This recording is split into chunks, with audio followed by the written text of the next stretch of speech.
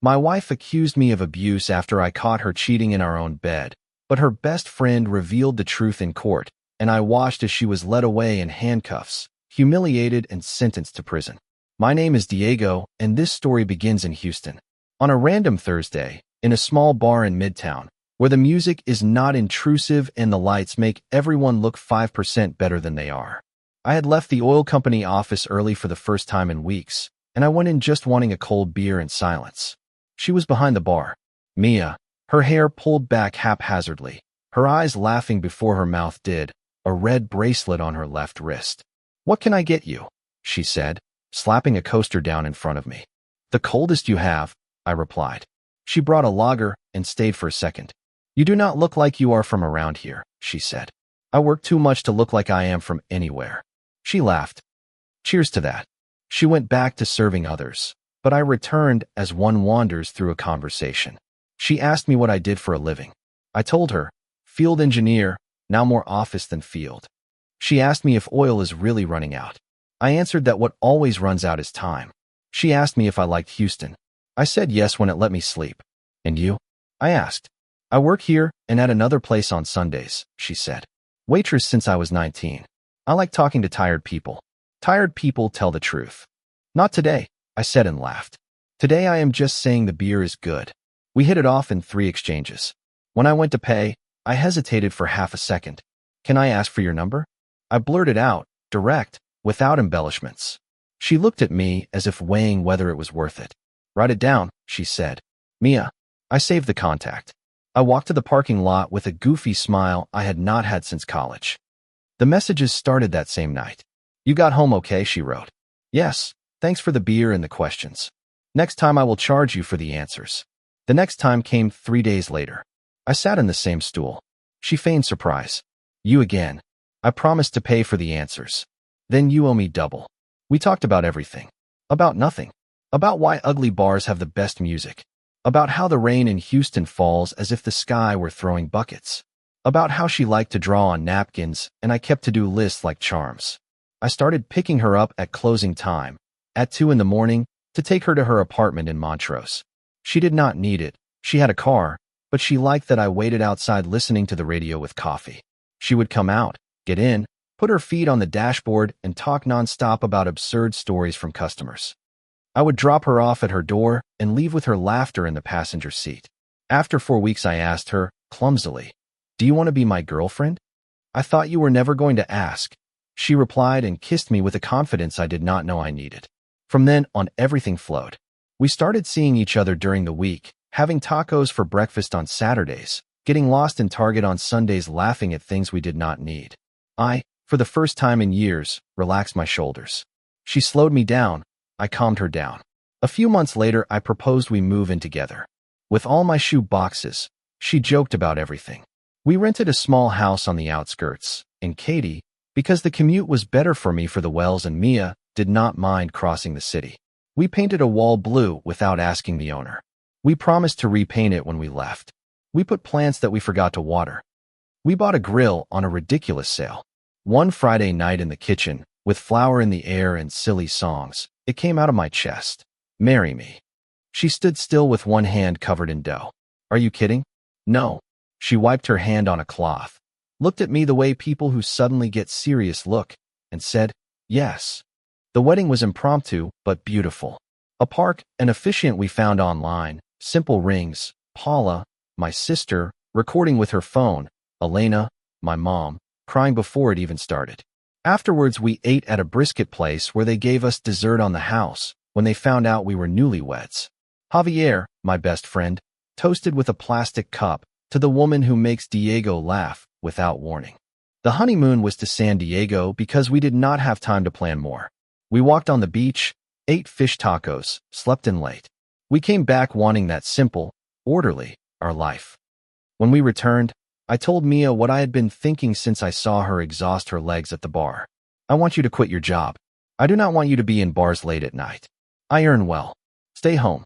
Study something if you want, start a business, but do not work like that anymore." She looked at me with a mixture of relief and hurt pride. "I can work," she said.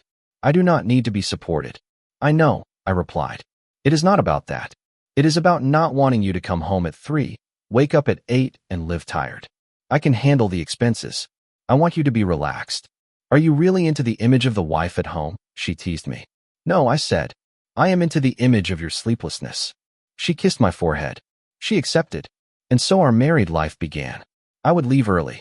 Mia would stay organizing the house, trying recipes that sometimes worked out, and sometimes we ordered pizza. We bought a better car for the weekends. We paid for a sofa in 12 installments that we finished early because we were stubborn. I had a good job. Bonuses when we closed projects well. Sometimes I traveled to Midland or Corpus. I would come back with silly little gifts, fridge magnets, hats she would not wear. We would laugh at how easy everything finally felt.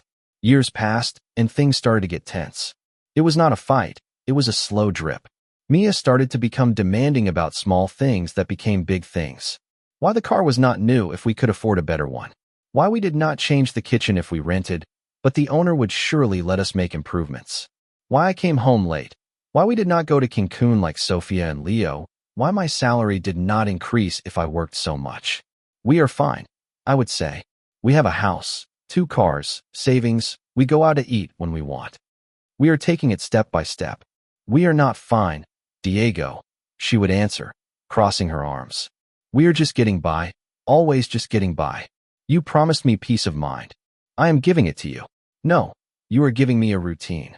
Those phrases with a knife-like voice cut you without showing blood. I tried to calm down, and also in my own way I was pushing the accelerator. I asked for more projects. I broke my back for bonuses. I coordinated shifts. I replaced whoever was absent. I would come home later. She would reproach me for it. We entered a circle. It is not enough, she would say, looking at the account. It is enough, I would reply. I am just not going to go into debt for a whim. Wow, she would raise her eyebrows. Now what I want is a whim. Some things, yes. How little you know me. We argued about silly things that were disguised as principles.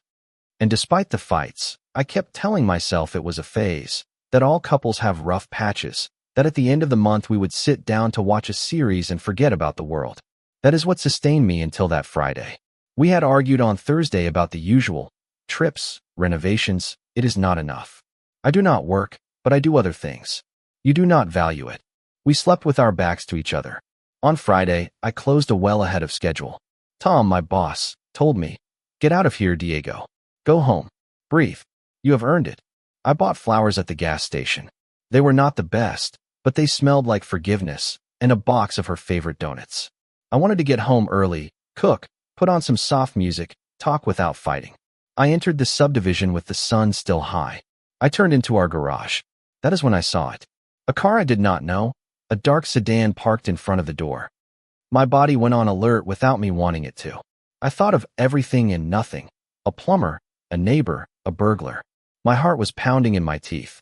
I opened the glove compartment. There was my gun, legal, registered, with a safety. My hand took it before my head did. I tucked it into my waistband, hidden under my shirt.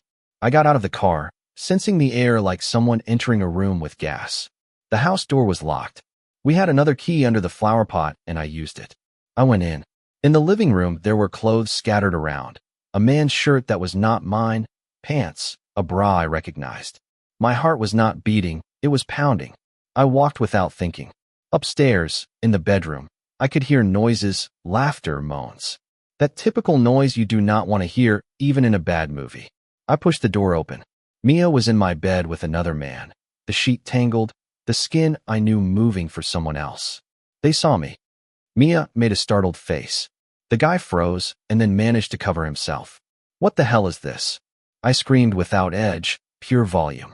"Diego." Mia covered her chest. "Diego, wait." "Shut up." The man got up with one hand raised as if asking for permission. "Easy, man, we can talk. If you take one step, I will blow your knee off," I spat out. And I do not know if I would have done it, but it sounded true. He saw the bulge under my shirt. He understood everything.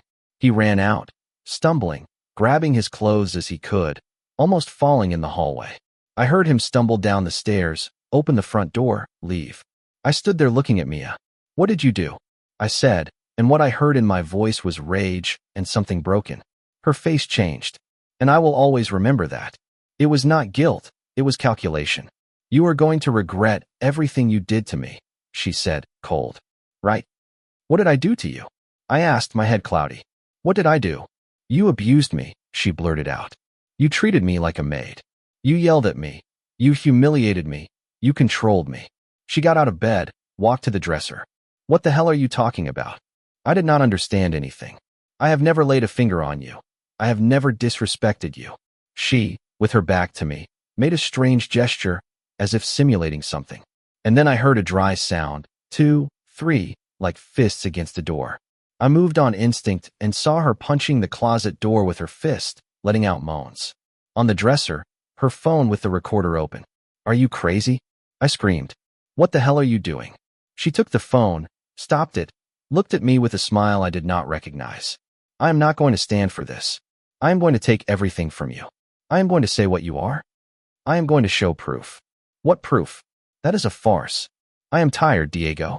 I am tired of your hours, of your it is not enough, of your let us not spend whims. You gave me the perfect excuse. She put on a robe calmly. She walked past me. I stopped her with an arm. Do not you dare touch anything else. Get off me, she said, or I will scream. She got close and whispered in my ear, record that too. She went down the stairs with that impassive mouth. She left. The door closed. I stood there for a minute with my breathing out of order. The gun felt as heavy as a brick. I took it off. I put it in the safe in the closet. I felt like everything had gone black. I went downstairs, saw the flowers on the table, the donuts. I started to laugh. Not a funny laugh, the kind of laugh that comes out when you do not know what else to do. It stopped quickly, the nausea rose. I went to the bathroom and washed my face. The water did not help. On the phone I wrote her a message with pinched fingers. We are getting a divorce. I am going to throw your things out. Do not come back. I did not wait for a reply. I took boxes from the garage, packed what I could of hers, clothes, makeup, shoes, her mugs with phrases. I took everything down to the curb next to the mailbox. I called the janitor. There are boxes outside. Take them to the reception tonight. They will be picked up tomorrow. Understood, Mr. Diego. I locked the door twice. I lay down on the sofa without taking off my shoes. I slept in fits and starts with images I do not want to repeat. On Saturday, I woke up early. Or so I thought. The clock said 11:26. My head felt like it had been used as a ball. I made coffee. It tasted like nothing. I showered. I went to work even though it was not my day, to avoid thinking.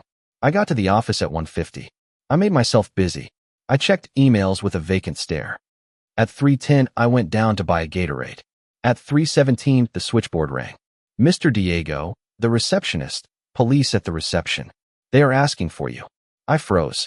I took a sip. I went down. There were 2 officers. Clean uniform, regulation look. Diego, the taller one said. Yes. We have to take you to the station. There is a complaint against you. Domestic violence. Do not resist. I laughed, not because it was funny. What? No, no, no, I said. This must be a mistake. I have not. The other officer, we are not going to argue here. You can explain it at the station. Please, cooperate. It is a lie, I insisted. My wife, well, Mia, my wife is cheating on me. I came home early. I found her with another man. She is lying. Whatever you have to say, you will say it there, the taller one repeated. You come willingly, or... I looked around. My colleagues were pretending not to look. I swallowed. Let's go. They did not put me in handcuffs. I appreciated that minimal gesture of humanity. Still, walking through the lobby with 2 police officers on either side is a movie no one wants to star in. At the station, they sat me at a metal desk, took my details, asked for my phone. I handed it over. They took my belt. They left me in a waiting room with hard chairs and a fan that made more noise than wind. After a while, a plainclothes detective called me into another room. Let's see. Diego, he said without animosity. You are accused of assaulting your wife. She says you have physically and psychologically abused her. What? Yesterday you hit her. That this has been going on for a while. We have proof. No, I said. No, I never hit her. He looked at me like someone who has heard that script hundreds of times. It is all lies, I added. Yesterday I came home, and she was with another man in my bed. She left. She told me she was going to take everything from me. She started acting, hitting doors to record sounds. She is making up a story. We have photos, he replied, opening a folder.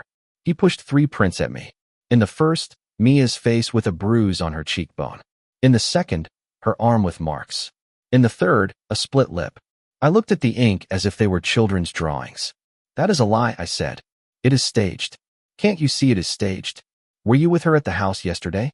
Yes. I came home, and she was with another man. I kicked him out. We argued. She left. Period. She says you hit her before she left. She says this is not the first time. He looked at me. I recommend you call a lawyer. I want a lawyer. They left me in the room with the hard chairs again. The clock moved insultingly slowly. I called Victor, a lawyer recommended by Javier for anything when I bought the house. Where are you? He said dryly. At the Westheimer police station. I am being accused of something I did not do. Do not say anything else to anyone. I am on my way. It took him 40 minutes that felt like 4 hours. Victor came in with a folder and a face that said he had seen this before. Tell me everything, he said when they left us in a room. I told him. I did not embellish. I told him about the bar, the house, the car, the bed, the fake blows, the audio on the phone, my divorce message, the boxes outside. Good, he said. First, calm down. Second, do not contact her again. Third, I am going to request your release with precautionary measures while the matter is being defined. Fourth, you are going to get everything you have. Messages, photos, anything. And work. I asked for the sake of saying something. Work can wait. The urgent thing is that you do not end up with exaggerated restrictive measures. And do not go near her. A restraining order is on its way. We signed papers. They took my fingerprints. Victor spoke with whomever was necessary. At 8:11 at night, I walked out with a paper that said I could be free pending a hearing on the condition that I not approach Mia, her house, or write to her. The last part did not matter to me. I did not want to see her even in a photo. On the way to the parking lot, Victor said, "You are in the thick of it. The important thing is to hold on. Does she still live in the house?" I do not know. Yesterday, I left her things downstairs. Today I went to the office. I swallowed. They are going to suspend me. If someone from work saw the police, it can happen, he said. Do not worry about that now. I will call you tomorrow to discuss the strategy. Thanks, Victor. That is what I am here for. I got home to the empty house, the bed made as if someone had wanted to erase the scene. I did not want to sleep there. I threw myself on the sofa again. I did not cry. I did not sleep well either. At 9:30 the phone rang. Tom. Diego. His voice was formal. We received notification that you are under investigation. As per company policy, you are suspended until further notice. Do not come in on Monday. We will call you when we have a clear picture. Tom. I did not know what to say. I did not do anything. I cannot comment, Diego. But he lowered his voice. You and I know how these things work. Take care of yourself. Talk to your lawyer. I will call you. I hung up. I looked at the ceiling. I felt thrown away. The following week was a slow-motion parade. The messages from unknown numbers multiplied. Cowardly abuser, we are going to report you at work. You are going to rot. Some from mutual friends, Leo, Sophia, Maria. I cannot believe what you did. You always seemed controlling to me. You are going to pay. I did not reply. I blocked. I deleted. I threw the phone on the sofa and let it vibrate until it got tired. My parents, my mom and Paula, came to the house with bags of food and useful silence. My mom put her hand on the back of my neck like when I broke a finger. Paula cursed Mia in all verb tenses. Javier came with beer and a console controller, and we played without talking about the topic until our hands ached. They, the only ones on my side. The rest disappeared or stabbed me via messages. Neighbors who used to greet me now looked at the grass. Colleagues who used to write to me for office jokes were suddenly not online. Distant relatives sent me articles on signs of an abuser. I expected it, not because it was fair, but because of statistics. In these stories, there are always popular juries with fast fingers. Victor was moving. He called me every 2 days. We got a hearing date for the measures. Do not talk to anyone. Do not post anything. Do not fall for provocations. He paused. I received a copy of the evidence. They are photos and audios. In the audios, sounds of blows. Her crying. We are going to challenge it. But I need something more. I do not have anything else, I replied. Just the truth. Sometimes the truth alone is not enough. I slept little. Anxiety attacks at 3 in the morning that made me feel like my heart was going to come out of my windpipe. Victor told me to see a doctor. I did not want to. I took refuge in running before dawn in the park without music until my body got more tired than my head. The first hearing came. I went in with Victor. Mia was there with a white blouse and a scarf that covered half her neck. She did not look at me. Her lawyer talked about patterns, about domination, about cycles of violence. They put photos on a monitor. They played audios, blows, sobs, her voice asking, "Please, Diego, stop." My blood was boiling. Victor objected. The judge allowed the playback for preliminary assessment. We left with an extended restraining order and a date for another day. Bad, but calm, Victor said. It is not the end. We are going to break that narrative, but I need to poke holes in it. She is succeeding, I said, clenching my teeth. It is not who starts, he replied. It is who holds on. 2 weeks passed. Things were not getting better. Victor was trying to introduce technical doubts about the timing of the photos, metadata, inconsistencies in the stories, but a key piece was missing. I was one night staring at the ceiling again when the phone vibrated with a hidden number. I thought about not answering. I answered. Diego. A woman's voice, tense. Who is this? Laura. Silence. I am Mia's friend. My body tensed. What do you want? To talk. But not over the phone, in person, in a discreet place. She paused. I think I can help you. Help me how? I know what Mia did, she said. And I do not agree. I never did. But now I cannot keep quiet. She breathed. Can you meet me tomorrow? In the parking lot behind the Westheimer supermarket at 7:30 in the evening. I will be alone. Mistrust bit the back of my neck. If this is a game, Laura. It is not. I know things and I will testify if necessary. I hung up. I called Victor. I told him. The three of us will meet, he said. But no heroes. Caution. If it is real, it could be the key piece we need. That night, I slept a little better, not out of peace, but out of direction. At 7:23 the next day, I parked the truck in front of the supermarket. At 7:29, Laura appeared, small, nervous, looking around. She was wearing a hoodie and glasses that did not hide anything. Victor got out with me, briefcase in hand. Are you Laura? He asked. Yes. She looked at us. Thanks for coming. Speak, I said. What do you know? Laura swallowed, looked at the ground. Then she looked at both of us like someone deciding to jump. I know everything, she said. I know Mia planned it. The audio, the photos, the guy in your bed. I know why she did it, and I am going to tell it. In court if necessary. And then she started talking. The parking lot behind the supermarket was half empty and smelled of old rain. Laura kept looking around as if she had been followed. Breathe, I told her. No one is recording you. I showed her my hands. I just want you to talk. Victor opened his notebook, put his cell phone face down. When you are ready, he said. And thank you for coming. Laura nodded, swallowed. I have known Mia for 4 years, she began. We worked together at a bar in Montrose. I went to her wedding. I was at her house. I heard her talk about you. At first she said you were good, that she finally had stability. Then the anger started to grow. She said it was not enough, that she wanted more. She told me you let her quit her job. She said, if he wants me to be a housewife, he should pay like one. I told her not to be unfair. She did not listen to me. I knew that much, I said. Go on. 2 months ago, in my kitchen, she told me, if Diego does not give me what I want, I will destroy him. I thought she was just talking. Then she told me seriously, I am going to accuse him. In this state, if you prove you are being abused, you get everything. And since he is in the oil industry, they will suspend him.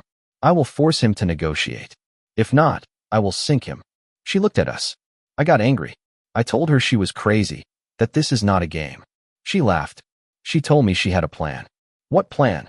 Victor asked, emphasizing each syllable. To find a scenario, she made air quotes. She told me she was going to create a moment, get you to explode, or at least make it look like you exploded, that she was going to have audio and photos. She told me, I do not need it to be true. I need it to look true. I told her she was playing with fire. She told me, I am the one lighting the fire. My stomach tightened. Victor did not blink. Did she talk to you about blows? He asked. Yes. Laura clenched her fists. She said she knew how to make marks on herself without breaking her face. A technique a makeup artist friend taught her. Using a tennis ball or the soft edge of a door to leave bruises without cutting the skin, and then putting makeup on top to make them look darker. She said she was going to hit the closet door to record sounds, and that she was going to cry in the audio. She asked me to help her rehearse. I said no. I left her house angry. I did not see her for a week. She sent me messages as if nothing. I looked at the floor. I remained her friend, but I kept my distance. Did you save anything? I asked. Messages, audios. Laura took a manila envelope from her bag. Inside, a USB drive and a stack of printouts. Everything. She looked at us. When she told me about destroying him, I recorded it with my phone without her realizing. When she sent me messages bragging about what she was going to do, I took screenshots. Here are the dates, times. She touched her temple. I did not want to get involved, but when I found out you were arrested, her voice broke. I cannot sleep. Victor took the envelope like someone receiving a weapon. Can we listen now? He asked. Laura nodded.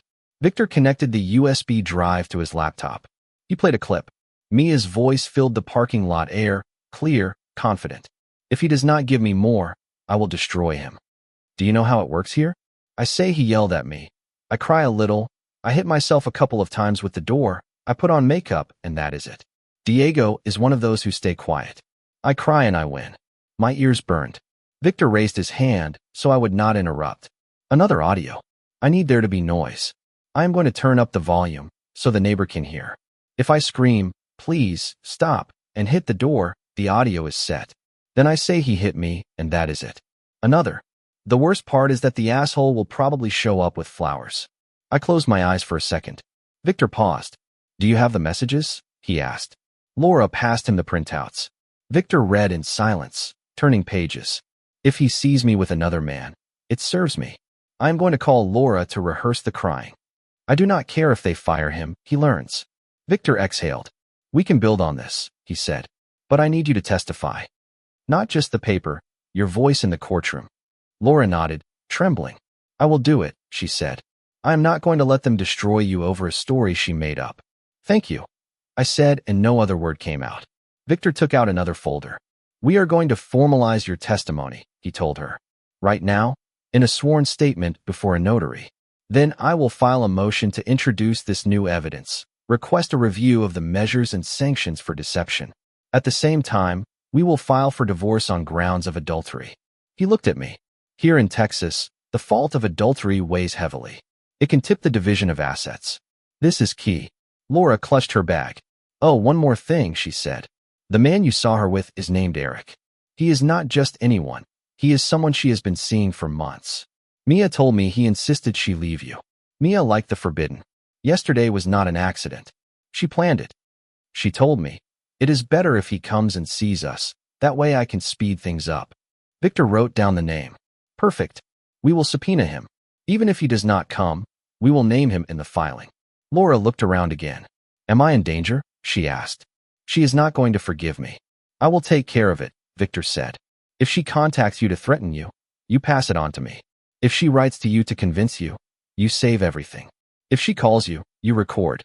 And today I will take you out of the loop. We will request an order for her not to approach you. He turned to me. And I ask you for coldness. No messages to Mia, no insults. She will try to get you into new trouble. Do not give her ammunition. Understood, I said.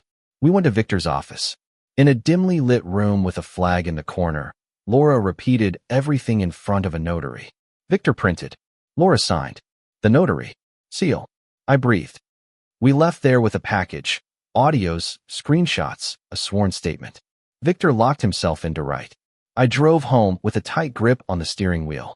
That night, for the first time in days, I slept without startling awake. First thing Monday morning, Victor filed the motion for new evidence and the request for review. 2 days later, we were given a date, a hearing on Thursday. 3 more days, and we were in court again. On Thursday, the courtroom smelled of old wood and disinfectant. Mia was sitting at the front with another scarf. Next to her, her lawyer, a guy with a catalog smile. Laura entered nervously. I squeezed her shoulder. Victor looked like a surgeon before surgery. The judge reviewed the file. Victor stood up. Your Honor, we are here to introduce new evidence that clearly demonstrates that the story presented by the opposing party was fabricated. We have audios, messages, and a witness who was close to Mrs. Mia during the planning of the setup. Mia's lawyer grunted. Objection, Your Honor. Unfair surprise. Attempt to delay. There is no surprise. Victor said. We provided copies to the opposing party in advance. They are in the file. The judge looked from side to side. He nodded. Proceed. Victor connected the laptop to the monitor. He played the first audio. Mia's voice echoed in the courtroom. If he does not give me more, I will destroy him. I say he yelled at me. I cry. I hit myself a couple of times with the door. I put on makeup, and that is it. A silence fell that was not of a library. It was of an executioner. Mia looked at the floor. Her lawyer shifted to one side. Second audio, Victor said. I need there to be noise. I am going to turn up the volume. If I scream, please, stop, and hit the door, the audio is set. Then I say he hit me. The judge raised an eyebrow. Victor showed messages on the screen. He serves me if he sees me with another man. The rehearsing, the crying. The I do not care if they fire him. Now the witness, Victor said. Laura walked to the stand like someone crossing a bridge. She swore. Victor guided her. How she met Mia. What Mia said. When. How she recorded. Why she decided to speak now. Laura answered clearly, with a voice that trembled but did not break. Did she ask you to participate? Victor asked. Yes. She asked me to help her rehearse. I refused. Did she tell you why she wanted to set up the accusation? Because she wanted to get money from Diego, and because she knew that if he filed for divorce on grounds of adultery, he would win. She said that in Texas, cheaters pay. She wanted to get ahead. She said, if I accuse him, he cannot leave me, and if he leaves me, he pays me. Did she talk to you about the man Diego saw her with? Yes, Eric. She planned it with him so Diego would see them. She told me exactly that. It is better if he sees us. That way I can speed things up. Victor sat down. Cross-examination, the judge said. Mia's lawyer stood up with an offended air. Miss Laura, he began. You are Mia's friend, but you came here to betray her. What are you looking for? That Diego does not go to jail for a lie, Laura replied. Did Diego pay you to come? No. Did the lawyer promise you anything? No. How much did you hate Mia to do this? I did not hate her, she said. I feel sorry for her. Does it not seem convenient that these audios appear just now? It seems necessary. The lawyer snorted. He walked 2 steps, tried another route. Miss, do you know anything about audio editing? No. Then you cannot be sure that this is not manipulated. Victor stood up. Your Honor, the authenticity has already been verified by the expert we attached in the brief. The metadata matches the date and time, and the voice was compared. I see it in the file, the judge said. Continue. The lawyer bit the air for a second, then put away his questions. Laura stepped down from the stand. Victor called the audio expert briefly, explained the technical aspects without being boring. He showed the sworn statement, showed a video from the neighbor's Ring camera where a man was seen rushing out of the garage at the time I said. He showed my voluntary police report of no contact from the same day. He tied up the times. When Victor finished, the courtroom was as still tied. The judge looked at Mia's lawyer. Anything else? Yes, Your Honor. Mia wants to speak. My heart skipped a beat. Mia went up. She swore. Her lawyer guided her with gloves. Mia, have you been a victim of abuse? Yes, she said without crying. Diego yelled at me. He controlled me. Did he hit you? Yes, these photos are real. Yes, these audios of blows are. Yes. Victor stood up for the cross-examination with a folder in his hand. Mia, do you recognize this voice?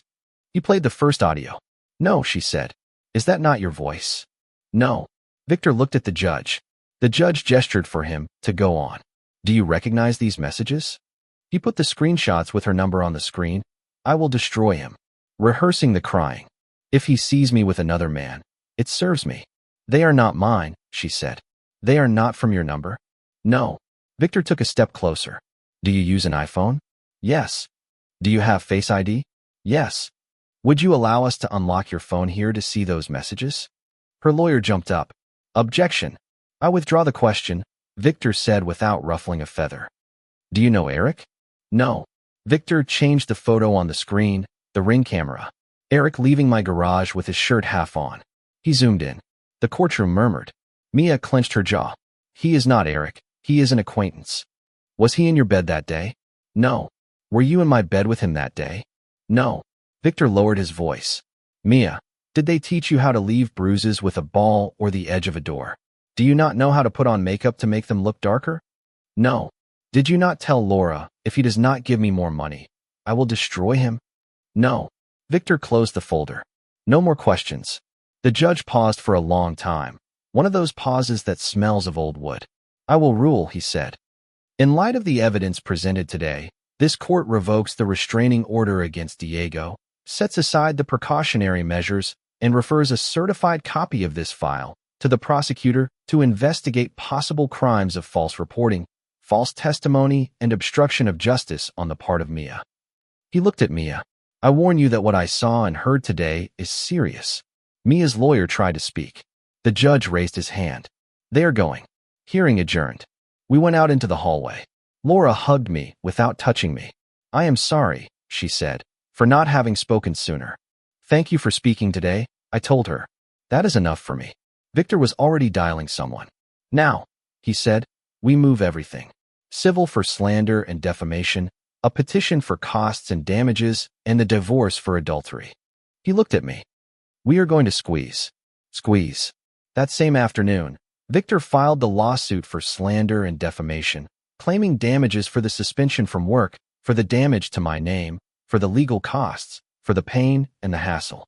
He also filed the formal request for divorce on grounds of adultery, with a copy of the ring video, statements, dates, and Eric's name.